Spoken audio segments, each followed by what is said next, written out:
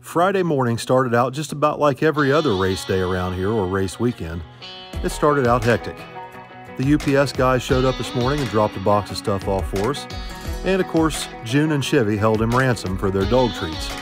They weren't about to let him leave until they got their due. Paige showed up for lunch about the time I got busy washing the Malibu so I could take it into jegs and fill nitrous bottles. Tommy showed up covered in black paint, that's another story, and my Suburban showed up with a belt squeaking. We'll get to that here in a minute. But for right now, we've got to get Kenny's tires swapped out on his Camaro, from his drag radials to his hard tires, and then put it in the box so we can head to southern Indiana. And Kenny's going to have to use our Suburban, so hopefully we can get our Suburban fixed today. So while Jeremy's working on that, I load the nitrous bottles up in the Malibu and head to Columbus to go get these bottles topped off at Jigs. Luckily, the whole gang's here today and they're not too busy. So it didn't take long for me to get in and hand off my bottles to Uncle Terry, who took them out back, put them on the scales, and started pumping them full of nitrous. Once we got the bottles full, Uncle Terry wrung me out and I head back towards the shop, taking the back way home today, trying to avoid some of the Friday rush hour traffic. So far, we're not running late, so a few extra minutes didn't bother me any. I got home, put the Malibu in the Nova away, and then it was finally time for us all to head to Indiana. Brown County Dragway is located just south of Indianapolis, between Bean Blossom and Nashville, Indiana. This rural part of Indiana is known for farming, camping, tourist attractions, and drag racing, if you know where to look. Just east of State Route 135 in Bean Blossom, Indiana, is a little track known as Brown County Dragway, home to one of the craziest no-prep races in the entire country. They don't call it War in the Woods for nothing. The track is literally nestled down into a woods along a creek bank, and the scenery is beautiful. While I'm down there checking out the track, Miss Vicky and Harley ran into town and picked up a pizza for everybody. Kenny started a campfire, and we hung out for a little bit until it was time to turn in and go to bed. But the next morning, the dogs were up early, checking out everybody rolling in. The place was filling up fast, and the temperature was rising as fast as the spectator count. And although Billy made it through first round, we had an inner tube leaking on the S10, so we had to quickly get that fixed just in time to go up and watch Chief run first round.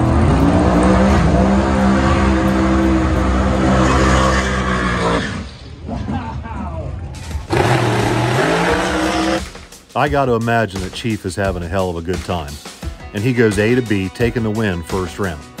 Kenny got a bye run due to the fact that his competitor had broke his car the night before. So Kenny's going to get through first round one way or the other. We're just hoping that the Camaro goes A to B. Miss Harley backs Kenny up in his tracks and we send him down. And although the Camaro went A to B, the pass wasn't nearly fast enough to be competitive, and the engine broke up just a little bit on the big end of the track. But at this point, with all the problems that we've worked through this week, Kenny just being able to make a pass at Brown County without any problems, major problems that is, was a win in and of itself. Kenny picked me up on the return road and we head back to the pits to check the car out, where we found a minor problem in that number one spark plug had never gotten tightened and the plug showed it had too much timing. So I backed the timing off a little bit, check everything out, tighten number one spark plug, and we prepare for round 2, Sunday morning after the rain delay. June Pup and Scrappy Doo were ready to play right off the bat as soon as I got out of the shower. So I took them out, threw the Frisbee for a little bit, took them for a walk to calm them down. And once I had them wore out, I let Vicky in the shower and I went down to check out the track surface. Unfortunately, the track had turned into kind of a one-lane situation, where the right lane was much slower than the left. Everyone seemed to be struggling except for Chief. But we had a tough draw regardless, and I doubt that we could have beat this Jeep even under the best circumstances. No matter what, we had a fantastic time hanging out with everybody, visiting with friends and family, and getting to hang out with some of our fans at Brown County. Plus, everybody got to meet Chief, and that was the highlight of our weekend, to be quite honest. We'll get to that in a little bit. Anyhow, after the race was over, we found out we had a major problem with the Suburban. We'd been looking into this belt squealing and we thought we had it fixed. It turns out the power steering pump was going out of it. So as we're standing there trying to figure out how we're going to get this thing home, a guy named Jesse Harris shows up in this gorgeous short bed Chevy pickup powered by a Cummins diesel and offers to help. He's got a shop not far from the track and invites Kenny and Harley to drive the Suburban over there so he can fix the power steering pump. I asked Jerry, how did you even know we needed help? He said the hood was up. And I can't imagine somebody that can build a truck like this would have any problem fixing our Suburban. So knowing that Kenny and Harley were in good hands, the rest of us head back to the shop. We go ahead and unload the race cars, and then we all decided to go out to dinner together down at Longhorn.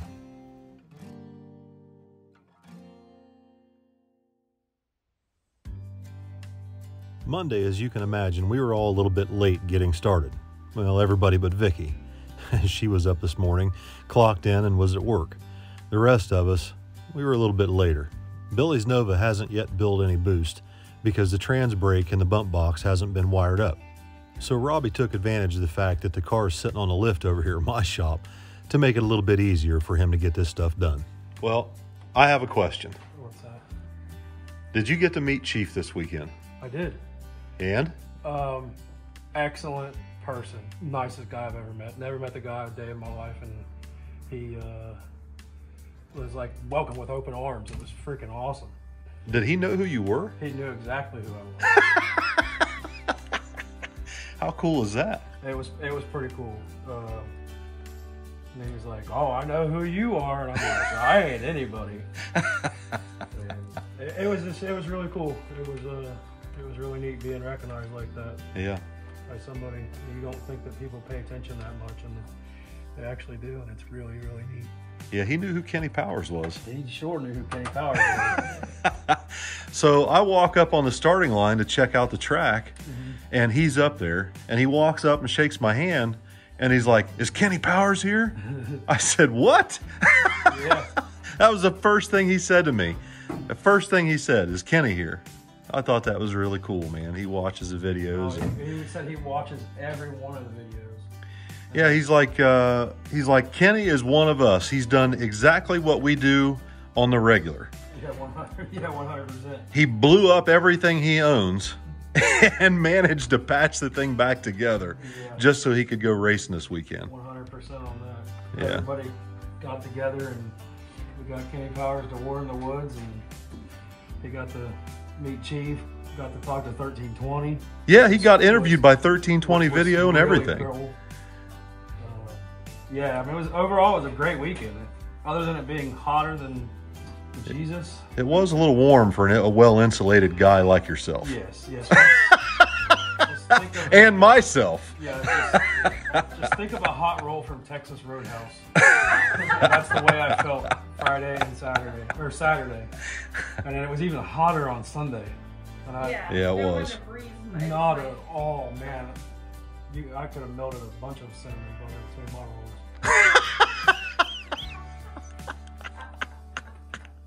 Well, we had a good time. I kept wanting to go over and meet Chief, but there was never a good time. And Rob was like, "You ready to go meet him? You ready to go meet him?" I was like, "All right." It was raining, and there was nothing going on, so we got our umbrellas and we went over and we stood in line for like a half an hour. And he stood there all freaking day. Literally in the rain, no umbrella, no nothing inside.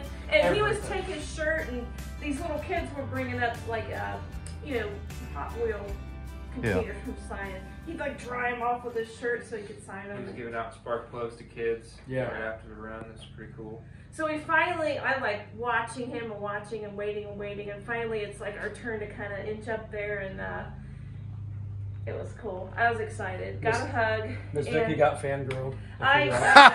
You'll have to watch. So Allison filmed some of it, and you'll have to watch Street Racing Channel's video. Yeah, that's all going to be on Billy's channel. Yeah, that'll be on Billy's channel when I got to meet Chief, so you'll see it there. But I was so like moved at what he told Kenny, because he had the nicest stuff to tell Kenny. Like, Kenny's just standing off to the side, and he's like, you impressed me. He's like, I admire your grind, and like he just was like He's really. got a great work ethic. I know, he was really lifting Kenny up, because Kenny's just standing there like. Kenny's like, how could he even know who I am? Right. Kenny Kenny's quiet and he wasn't expecting Chief to be like, Chief said, dude, when the racing's over, he says, I'm coming up there. I want to hang out with you guys. He said, I want to sit in your car. And he says, I want you to sign my shirt. And Kenny's like, me? And he's like, yeah, That's man. awesome. Yeah, so it was just like one of those moments that was like, it was cool. Very cool. And I got to meet Jackie too. He's a good dude. I don't give a fuck what anybody says. Me neither.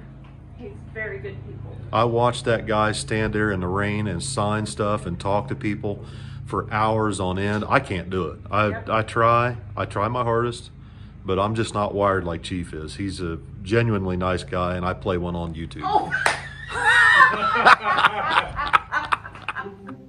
So once Robbie got Billy's trans brake all wired up, it was time to back the Nova outside and test it out.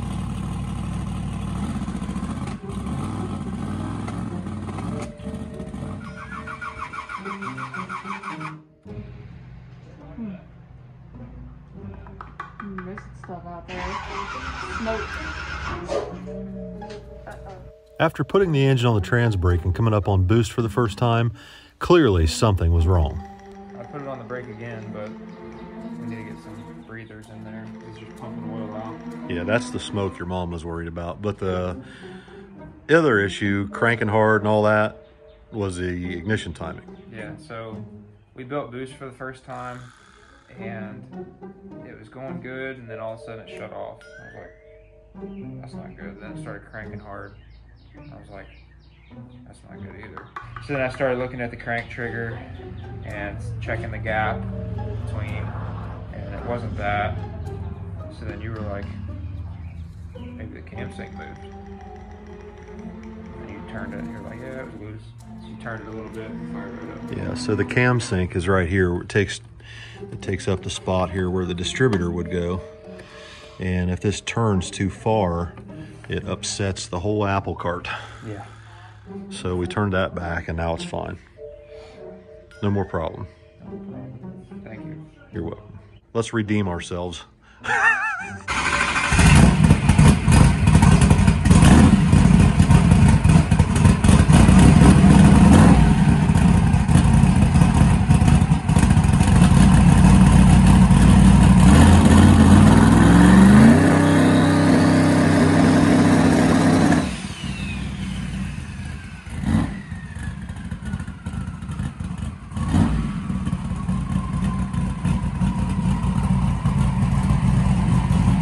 So now that we've got the cam sync put back where it needed to be, the ignition timing seems to be correct, but there's a little bit of a problem with the engine trying to stumble as he puts it on the deck. Yeah, we definitely need to check the static timing and see what it's at. All right, so what we're doing now is we're doing a static timing check. So if you come over here to the laptop screen, we're gonna set our static timing at 34 degrees. Once we do that, once the engine's running, we'll hit set, and we should be able to see 34 degrees out there. And if there's any offset, if there's any variance, we can put that in the computer and it'll compensate for it. That way we know where we're at. All right, so fire it up, and I'm gonna tell you what I see out here. Okay. And we'll see what you see in there, okay? Okay. All right, go ahead.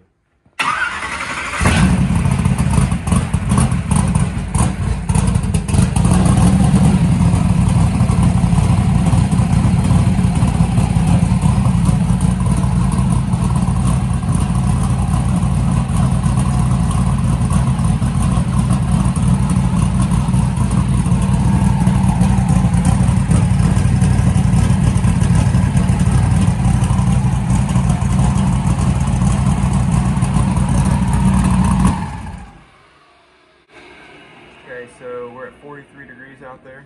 40. 40. 40. Okay. That's what it was when we first fired it up. So yeah, the timing's been a little bit high on it. So this is the first time Billy's ever tried to do this and manipulate the ignition timing using the settings in the computer. So he makes his changes and I verify it with a timing light. 46 now. So it went the wrong way. Went the wrong way. What Billy's trying to do is get the ignition timing set at 35 degrees. So he tries again, and this time we hit it dead on, 35.